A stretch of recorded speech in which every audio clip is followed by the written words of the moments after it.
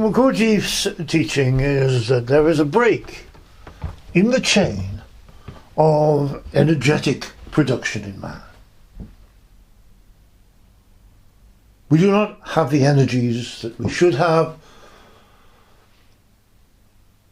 and so we are forced to live our lives at a lower level than we should. We are forced to adapt to this break in the chain of energetic production in us, to the fact that we do not have the energies we should have. And in adapting to this, we live at a lower level than we should be living. It is an energetic situation.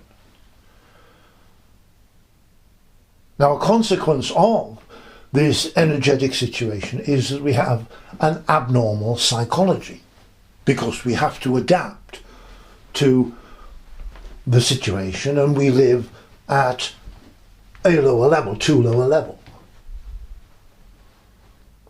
So our psychology is abnormal, but this is a consequence of the energetic situation. And we cannot resolve an abnormal psychology, we cannot improve on an abnormal psychology by psychological means, because the psychology is a consequence of the energetic state. It is a consequence of the fact that we don't have the energies we should have, because there's this break in the chain of energetic production in us, and we, in a sense, fall into a structural situation or structural situations which are abnormal. And we can't get out of them because we don't have the energies to do so. So it's fundamental to Gurdjieff's teaching that as far as the ordinary man is concerned, a man or woman is concerned, we can't change ourselves or improve ourselves in any way. Any attempt to do so does not work and only makes our situation worse. It disrupts the true abnormal situation that we are in which, in this abnormal situation, we do succeed in establishing at this lower level some sort of harmony, some sort of existence, some sort of maintenance in ourselves. And if we try to change this, not understanding it, not knowing what it's about, if we try to change it by psychological means, given that it is actually an energetic situation and that the psychology is a consequence of the energetic situation, then we merely disrupt this already established harmony in us. And this makes our situation worse. So Gurdjieff's teaching is that we cannot improve ourselves or develop ourselves in any way. Any attempt to do so only makes our situation, does not work, and only makes our situation worse.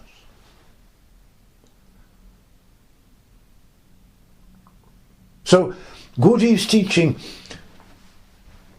is that there is this break in the chain of energetic production in us. We need to look at this, exactly what this means. We shall do so later. But I'm trying to put what you've said into context, the context of actually Gurdjieff's teaching, not the Gurdjieff tradition, which comes from Uspensky and which deals with psychology. Because I want to emphasize to you that Gurdjieff is teaching about the structural and energetic situation of man, the ordinary man. How we don't have the energies we should have.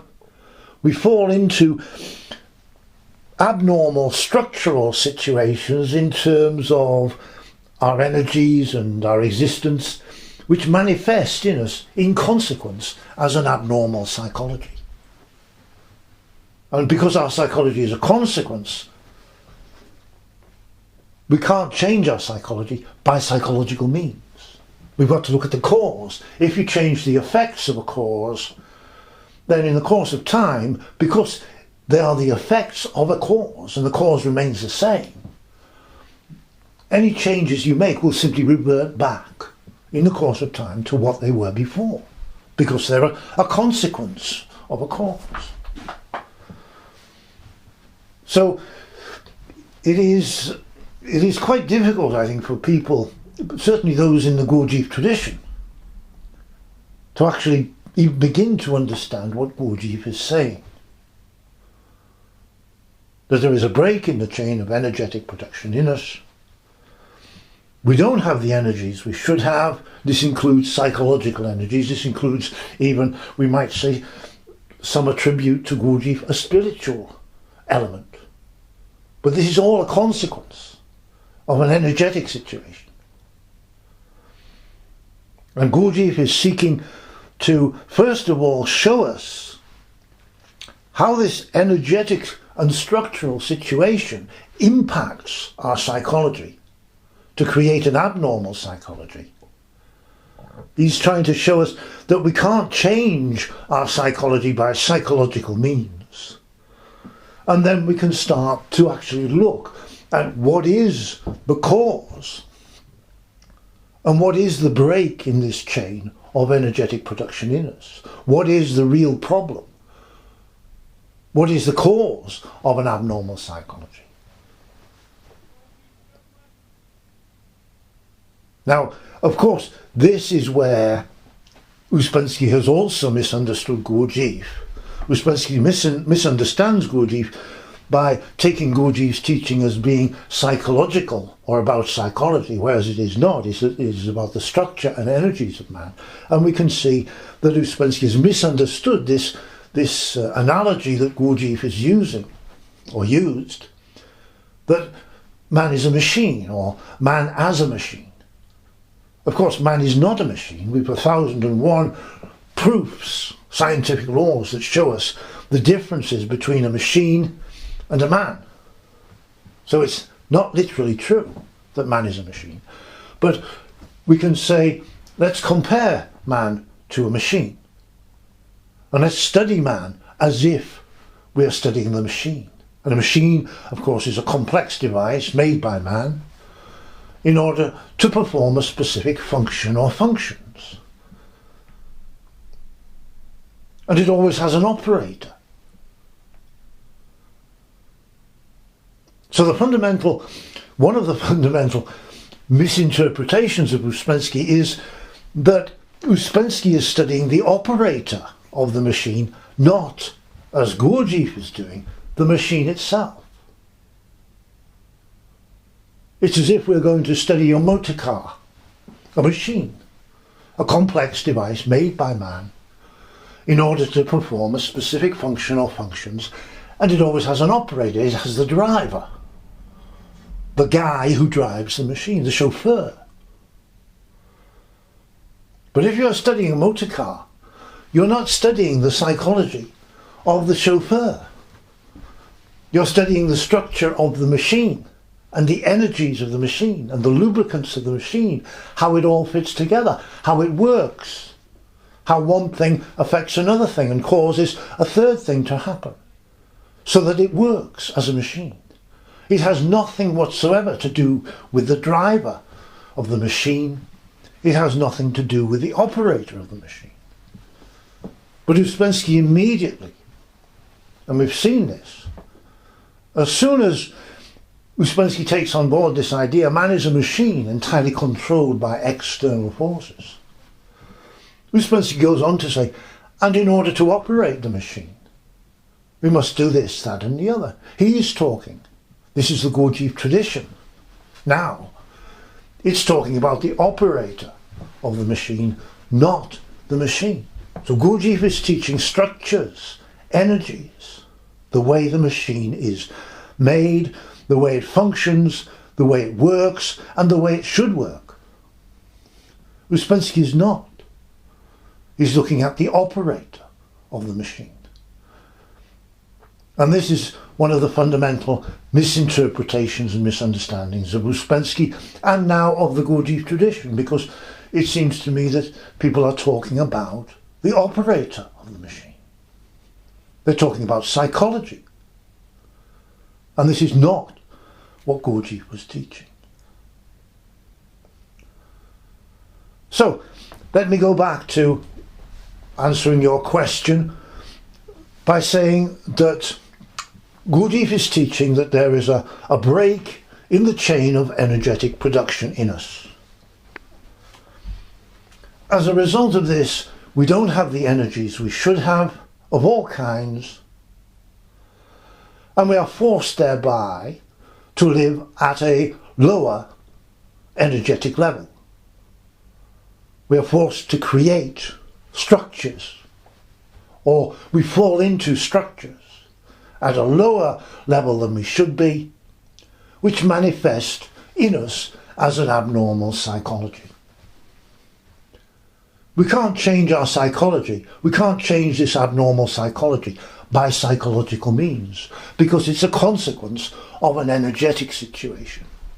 Because we don't have the energies we should have, we fall into structural situations which are essentially abnormal. And so we must first study this, come to an awareness of this, and then we can start to look with some seriousness, with some interest, at what then is the cause of this break in the chain of energetic production in us, which is the cause of everything that Gurdjieff is teaching.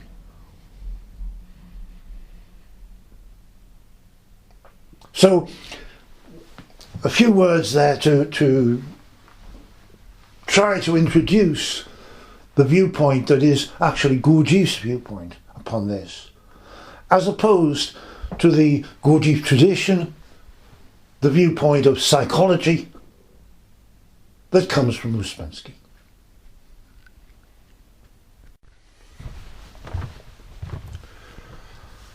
Self-remembering is an expression used in the Gurdjieff tradition. Gurdjieff doesn't really use it.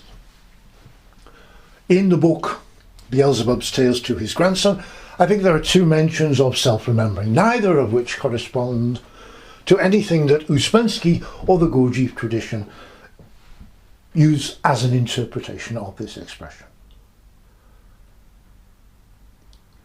In the book Meetings with Remarkable Men, there is not a single mention of self-remembering. So it's not really a part of Gurdjieff's teaching.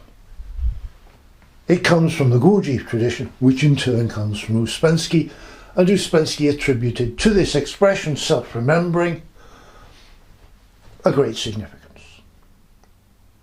As, and this is what I want to say, as a psychological insight, as a psychological state, or as a psychological condition. Uspensky interpreted it in terms of psychology. Now Gurdjieff did introduce to Uspensky ideas about self-remembering, because self-remembering, the fact that we cannot remember ourselves as ordinary men and women, this is what Gurdjieff is teaching. We cannot remember ourselves, in any sense of the term, as ordinary men and women. But this is a psychological consequence of a structural situation in the ordinary man or woman. And Gurdjieff is teaching the structural situation. Now, in turn, the structural situation is a consequence of our depleted energetic state. And we have a depleted energetic state as ordinary men and women because there is a break in the chain of energetic production in us. So let me go back to what I'm trying to explain in answer to your question about self-remembering. Self-remembering is the psychological consequence of a structural situation. Uspensky teaches self-remembering, and the Gurdjieff tradition teaches self-remembering as a psychological state or condition. But Gurdjieff was not teaching that. Gurdjieff was teaching the structural situation in the ordinary man.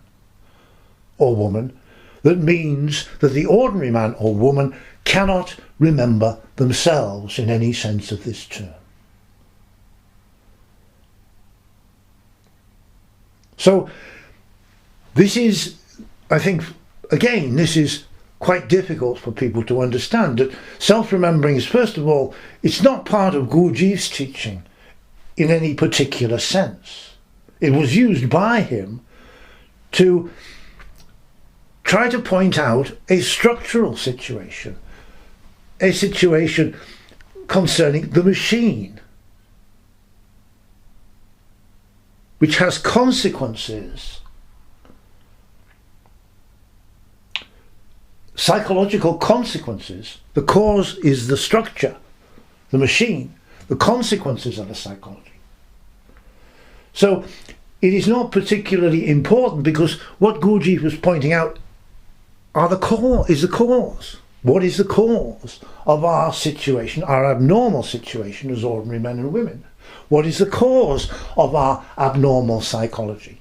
What is the cause of the fact that we cannot remember ourselves in any sense of this term? And the cause is nothing to do with psychology and cannot be remedied by psychological means. Gurdjieff was using self-remembering to point out the structural situation in the ordinary man or woman, a situation that we have fallen into because we lack the energies we should have. So this structural situation, further, I will say, is not actually that complex. It's not that difficult to understand once it is pointed out. And then many of the things that Gurdjieff said to Uspensky fall into place and make sense, but make sense in a completely different way to them making sense in terms of Ouspensky's interpretation of them, or in terms of the Gurdjieff tradition. So again, it is, I think, quite difficult for people to grasp this, that Gurdjieff was not teaching about self-remembering. He was not teaching about psychology. The psychology, if he pointed out psychology or psychological consequences, it was because they are the consequences of a structural situation. So Gurdjieff is pointing to the structural situation with a view to us understanding that, rather than suggesting psychology or a psychological solution. We can't change our abnormal psychology by psychological means, by efforts on our part. We can't do it. That's what Gurdjieff was teaching. And if Gurdjieff did speak about psychology, and I appreciate your question on this, if Gurdjieff did speak about psychology, it was pointing out the abnormalities in our psychological situation as a consequence of a structural situation. Not in themselves as things to be remedied, as anything we can change, as anything we can work on ourselves. He was pointing them out that we cannot, as ordinary men and women, remember ourselves because we are in a structural situation that precludes self-remembering. We can't do it. But because it's a structural situation, we can't change it by psychological means. The psychology is the consequence of the structure. Man the machine. So again, we keep coming back to the same misinterpretation and misunderstanding. The Gurdjieff is teaching, let's look at man as if he is a machine. Structure, energies, how does he work? And it is very easy to misinterpret what Gurdjieff was saying, because quite often the only way we can look at this The only way we can begin to understand this, we have to mention the consequences of the structural and energetic situation. And the consequence is psychology, how it manifests in us abnormally, the fact that we cannot remember ourselves. But this is not teaching psychology. This is teaching structures and energy. It is illuminating, trying to illustrate the structure and energies of man by showing the abnormalities that these structures and energies create psychologically. And I suggest to you that's completely different from teaching psychology, and of course it's completely different from the interpretation that Uspensky placed upon Gurdjieff's teaching and the interpretation that the Gurdjieff tradition places upon Gurdjieff's teaching.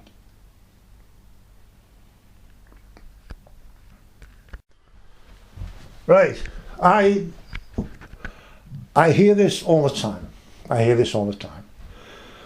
There is the idea in what I have called the Gurdjieff tradition, which I'm suggesting comes from Ouspensky. The established teaching, very solidly established teaching, that is attributed to Gurdjieff. There is the suggestion that this teaching cannot be defined in some way. It's a too high a level for us to understand it. It can't be defined, essentially. I don't want to be too mocking about this. But there is a viewpoint in the Gurdjieff tradition that the Gurdjieff tradition itself cannot be defined, that Gurdjieff's teaching cannot be defined. And I think this is completely false, it's complete nonsense. And if I am to define Gurdjieff's teaching and compare it to the Gurdjieff tradition, which is the answer to your question in fact, I would say that let's start with the Gurdjieff tradition. This is Uspensky's teaching. Uspensky's teaching is that the ordinary man or woman can develop themselves. Self-development is possible by means of work upon oneself. And the development of man by means of work upon oneself is the development of one's consciousness. That's the Gurdjieff tradition.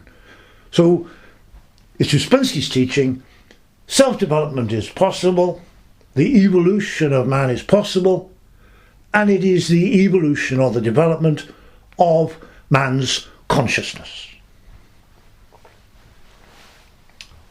That's the Gurdjieff tradition. Now, Gurdjieff's teaching is completely different. It's not that. Gurdjieff's teaching is that it is not possible for the ordinary man or woman to develop in any way. Any attempt to do so does not work and only makes our situation worse. And therefore, a transformation is necessary before any self-development or individual development is possible. And this transformation is an energetic change in man. It has nothing to do with psychology, psychological efforts, work upon oneself, or anything like that. It is an energetic change, a raising of the whole energetic level of the organism to a new level, at which point our own individual development can begin. Now I suggest that these two things are completely different, almost opposites, certainly in terms of the development of man. They're opposites. Uspensky is saying we can develop by means of work upon oneself, and this is the development of our consciousness. Gurdjieff is saying no development at all, under any circumstances, is possible for the ordinary man or woman. Any attempt to change ourselves does not work and only makes our situation worse, and Gurdjieff set out to prove this. Therefore, if we look at the reason why we can't develop in any way, why any attempt to do so does not work and only makes our situation worse, it is because we are living at too low an energetic level. We are living at too low a level, energetically. and hence fall into structural situations from which we cannot emerge by psychological means. And therefore a transformation is necessary. We must raise the whole organism up energetically to a new level, and only then can any real, genuine, objective individual development begin.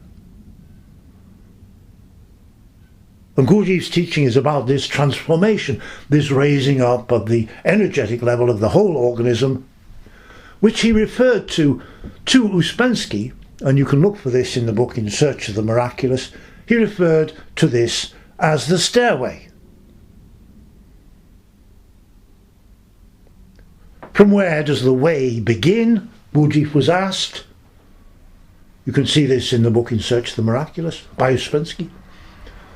The way begins, Gurdjieff replied, at a level much higher than the level of ordinary life. So what's this about? Between ordinary life at the low level and the way at the higher level lies the stairway. A man must ascend a stairway by a series of steps, and so on. So we have the Gurdjieff tradition.